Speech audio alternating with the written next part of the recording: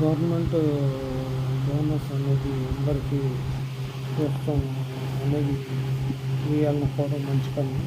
వేసవికాలం కూడా వేస్తే బాగుంటుందని అందరూ కోరుతున్నారు.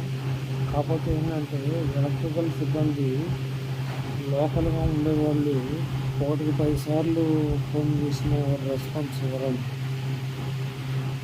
లోకల్గా అసలు ఇప్పుడు గంటల్లో ఫీజులో ఉన్న పోయినా ఎవరు పట్టించుకునే నాదులు లేదు.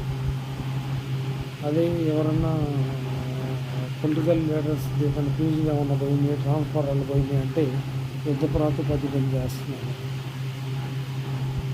లోకల్గా మనం 10 సార్లు 20 సార్లు ఫోన్ చేసినా ఒక్కళ్ళు అందుబాటులో ఉండరు సార్.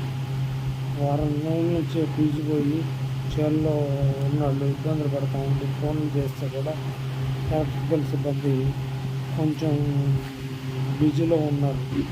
స్టాఫ్నన్నా ఎక్కువ ఉపయోగించి ఈ ఎలక్ట్రికల్ సిబ్బంది టోల్ ఫ్రీ నెంబర్ పెట్టండి అండి. నేనేంటంటే టోల్ ఫ్రీ నెంబర్ ఇచ్చారనుకోండి, ఏ కస్టమర్ కంప్లైంట్ ఇచ్చినా వెంబడే సాల్వ్ చేసే విధానం ఉండాలి. గతంలో బీఆర్ఎస్ ప్రభుత్వం మంచిగా ప్రకటించింది, కానీ ఇప్పుడున్న ప్రభుత్వం అంత ఇదిగా లేదు.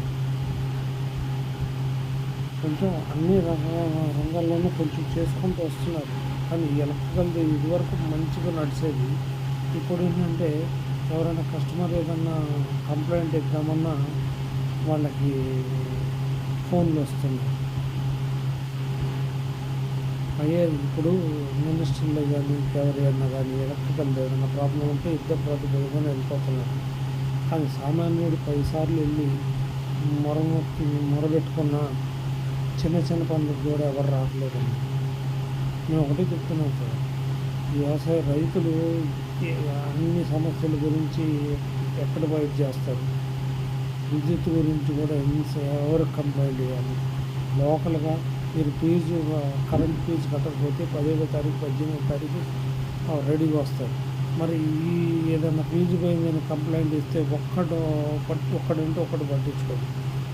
ఇప్పుడు యుద్ధ ప్రాతిపదికన ఎక్కడెక్కడ చేస్తున్నారు.